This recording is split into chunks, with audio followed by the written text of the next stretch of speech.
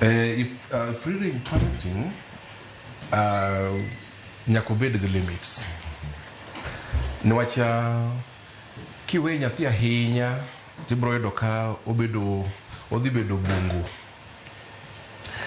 Lakini bende kaka wakili owacho ka, nyithindo gi kikete aketa tesre mikete aketa kaka.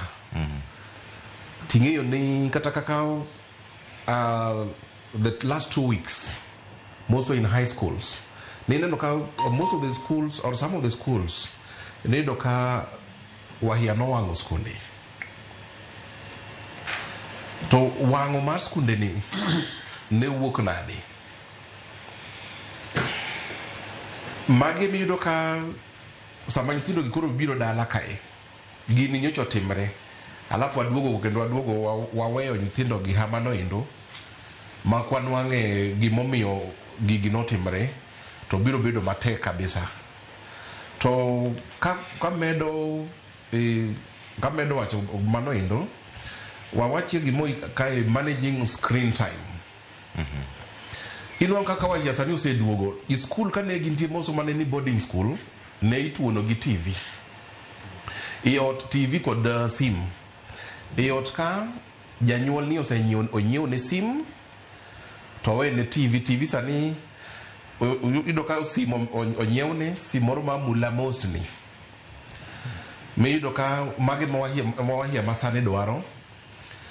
Inuango ka duare kaka janyuol, jakiket clear rules on the usage of these gadgets maber. Ntiere app moro miluongo no Family Link. Family Link kinyal ka janyuol nyalo bedogo tiketo isim kacha. Ibro yudo ka ibro loro all the other apps. Mana apps ma nyathini dwaro, apps ma regulate kende mabro timre nade. Mabro biro kaka chacha endo. To ka ideno kantie moro modhi modwa ideno ko download moro machielo makone go bed kacha, notification biro biro ni ini simi kaka janyuol. To ini biro tumre nade, biro block, koro okoro bibedo downloaded. Neno kanyo. App no iluongo ni Family Link. Alafu kendo gimo machielo, ibro nuongo ka wani ot ka nyithindo gi oseduogo, ibro temo kabisa mondo nyithindo gi otig these digital learning tools. To sama timo gigi giendo, gik magisomogi, sites magisomogi, are they aligned to CBE or CBC? Okonego benu iwawe nyithindo koro erwamie ma koro ostimatima kila kitu. Wan gik moko kae kaka kupogo ni imiyo nyathini simu or iketo ne TV ni moro man kacha modonji YouTube. Wan gik moko kaka different sites kaka Kenya Education Cloud. Kenya Education Cloud ka odhibo search to bro nwango kaka gunde biro somo duto te. Wan Mwalimu Plus. Wan UKICD through Edu TV. Inwango ka gikelo gini maber. Alafu wan koda Eneza Shupavu 291.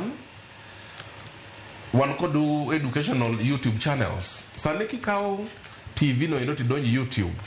Indika ka listen wati grade kata grade 3 kata grade 9. Kwa ka onu grade 9 ido ka wandika kata grade 9 social studies. Tidido ka gino bire duto te. Ginen gimo nyalo timo janyuol obet kacha, nyathini bo bet kae, to janyuol be nena kaka ngoa kaka somoni dhi maber.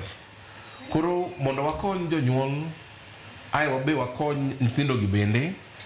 Adwa wacho gima daktari wacho kod gima janyuol bo wacho ni nyithindo gi kik waketgi matek, wakik gi gunia. Walor gunia no.